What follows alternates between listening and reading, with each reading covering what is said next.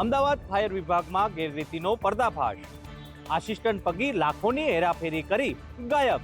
Ahmedabad fire વિભાગના કર્મચારી ભૂપેન્દ્ર ભાટીએ નાણાકીય ઉચાપત કરી હોવાનો કિસ્સો સામે આવ્યો છે। ભૂપેન્દ્ર ભાટી જે જમાલપુર ફાયર સ્ટેશનમાં સહાયક પગી તરીકે ફરજ બજાવે છે, તેમના પર બંદોબસ્ત માટે આવતી ગાડીઓના નાણાંની ઉચાપત કરવાનો આરોપ છે।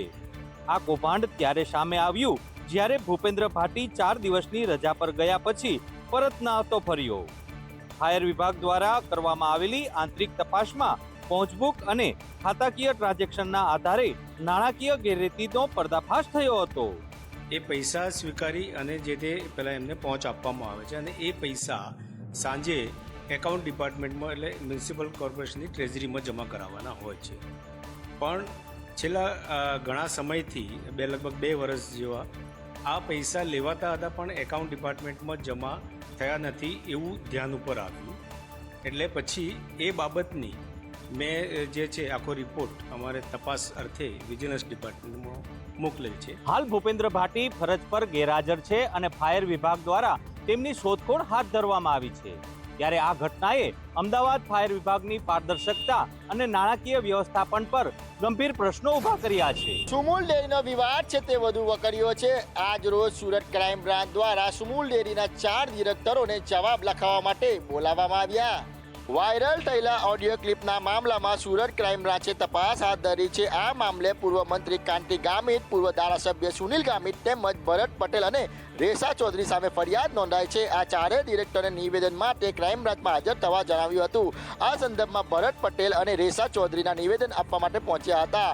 નિવેદન માટે પહોંચેલા ડિરેક્ટર ભરત પટેલે મીડિયા સામે વાત કરતા અનેક ગંભીર આરોપ મૂક્યા હતા। તેમણે જણાવ્યું કે આ સમગ્ર વિવાદની શરૂઆત ત્યારે થઈ જ્યારે તેમણે આદિવાસી બહેનોને નોકરીમાંથી કાઢી મૂકવાના નિર્ણયનો વિરોધ કર્યો હતો। આ અંગે તેમણે કલેક્ટરને આવેદનપત્ર પણ આપ્યું હતું। એક તરફ ઓડિયો ક્લિપને લઈને તપાસ ચાલી રહી છે ત્યારે ભરત પટેલે કૌભાંડ થયો હોવાનો આક્ષેપ કરતા વિવાદ વધુ વકર્યો છે। ગુજરાતમાં રોડ રસ્તા, રખડતા ઢોર અને ટ્રાફિક મુદ્દે હાઈકોર્ટમાં સુનાવણી હાથ ધરાઈ હતી, જેમાં રાજ્ય સરકારે હાઈકોર્ટમાં રિપોર્ટ રજૂ કર્યો હતો। રોંગ સાઈડમાં જતા વાહન ચાલકો સામે કાર્યવાહી કરવા કોર્ટે અગાઉ આદેશ આપ્યો હતો, જેને લઈને રાજ્ય સરકારે કોર્ટમાં જવાબ આપતા કહ્યું કે અમદાવાદના 7 ઝોનમાં ટ્રાફિકની સમસ્યા વધુ છે, જ્યાં પણ ટ્રાફિક થાય છે ત્યાં દબાણ હટાવાઈ રહ્યા છે। ગત અઠવાડિયામાં ટ્રાફિકના નિયમો તોડવા બદલ 46 જેટલા વ્હીકલો જપ્ત કર્યા છે। જૂનો અને નવો દંડ બાકી હતો તેવા વાહનોને જપ્ત કરી દંડાત્મક કાર્યવાહી કરી છે। બોપલ ગુમામાં પણ સમયાંતરે ડ્રાઈવ પણ કરાય છે।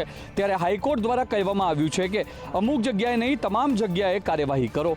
અગાઉના આદેશોનું કડક પાલન કરવા માટેનો આદેશ આપવામાં આવ્યો છે। અમદાવાદમાં કડક કાર્યવાહી કરવા મનપા અને રાજ્ય સરકારને હાઈકોર્ટે આદેશ। ચોમાસાની સિઝનમાં અમદાવાદમાં રોગચાળો સતત વકર્યો છે, જ્યારે એક સપ્તાહની ઓપીડી 13,000ને પાર થઈ છે।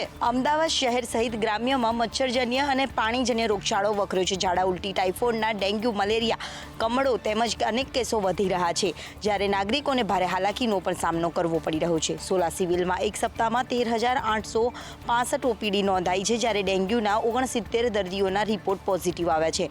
મેલેરિયાના 28 દર્દીઓના રિપોર્ટ પોઝિટિવ આવ્યા છે, જ્યારે 83 બાળકો સોલા સિવિલમાં દાખલ કરવાની ફરજ પડી છે, જ્યારે તાવ, ઉધરસ, શરદી, ઇન્ફેક્શનના કેસોમાં પણ સતત વધારો થઈ રહ્યો છે।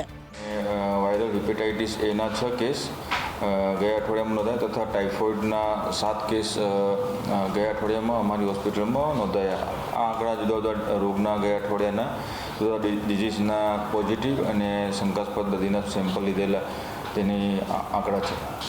બાળકો અત્યારે અમારી હોસ્પિટલમાં લગભગ 83 દર્દી બાળકો દાખલ છે। રાજકોટ એફએસએલ કચેરીની લાલિયાવાડી સામે આવી રહી છે। એફએસએલ કચેરીના લાખો રૂપિયાના સાધનો ધૂળ ખાઈ રહ્યા છે, તો બીજી તરફ વાસી અને ભેળસેળયુક્ત ખોરાકના ટેસ્ટની કામગીરી પણ બંધ છે। સૌરાષ્ટ્રની એકમાત્ર રિજનલ ફૂડ એફએસએલની ઓફિસમાં લાખોના સાધનો ધૂળ ખાઈ રહ્યા છે। પરિણામે વાસી, ફૂગવાળા, ભેળસેળયુક્ત ખોરાકના ટેસ્ટિંગ માટે ફરજિયાત માઇક્રોબાયોલોજી ટેસ્ટની કામગીરી બંધ થઈ છે। માઇક્રોબાયોલોજી ટેસ્ટનું મશીન પણ છેલ્લા 5 વર્ષથી બંધ છે અને ફૂડના નમૂનાની તપાસ માટે વડોદરાની લેબમાં મોકલવામાં આવે છે, જેના પરિણામે સેમ્પલ તો મોકલી દેવામાં આવે છે, પરંતુ રિપોર્ટ આવવામાં મહિનાઓ લાગી જાય છે। તો પણ ફૂડ અને ડ્રગ્સ વિભાગના અધિકારીઓ દાવો કરી રહ્યા છે કે એફએસએસઆઈના નિયમ પ્રમાણે લેબોરેટરી તૈયાર કરવામાં આવી છે। 6 મહિનામાં માઇક્રોબાયોલોજી ટેસ્ટની શરૂઆત થશે। હાલ તો જરૂરી સુવિધાનો અભાવ અને કર્મચારીઓની ઘટના કારણે લોકોના સ્વાસ્થ્ય સાથે ચેડા ચોક્કસ થઈ રહ્યા છે. શહેરમાં ફૂડ વિભાગ દ્વારા મીઠાઈ અને ફરસાણ વિક્રેતાઓને ત્યાં દરોડા પાડવામાં આવ્યા હતા. તમામ સેમ્પલના પરીક્ષણ માટે વડોદરા લેબમાં મોકલાયા છે. જામનગરમાં મીઠાઈ અને ફરસાણ વિક્રેતાને ત્યાં દરોડા પાડવામાં આવ્યા હતા. ખાસ કરીને તહેવાર દરમિયાન તાજું ફરસાણ અને મીઠાઈ લોકોને મળી રહે તે માટે ચેકિંગ હાથ ધરાયું, જેમાં પેંડા, બરફી, જાંબુ સહિતની વસ્તુઓના સેમ્પલ લેવામાં આવ્યા. અત્યારે શ્રાવણ માસના તહેવારો અનુસંધાને જામનગર મહાનગરપાલિકાના કમિશનર સાહેબની સૂચનાથી શહેરમાં જે ફરારી અને અન્ય ખાદ્ય પદાર્થો વેચાય છે ત્યાં સતત કામગીરી કરી અને 17 જેટલા અત્યારે ફરારી ખાદ્ય પદાર્થોના તદુપરાંત આજરોજ મીઠાઈ અને ફરસાણની દુકાનોમાંથી મીઠાઈના નમૂના લેવાની કાર્યવાહી શરૂ કરેલ છે.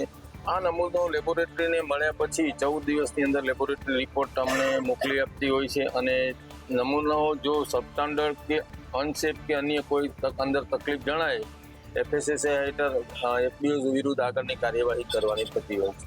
જોકે ફૂડ વિભાગ દ્વારા આ કાર્યવાહી કરવામાં આવતા અન્ય મીઠાઈ અને ફરસાણના વેપારીઓમાં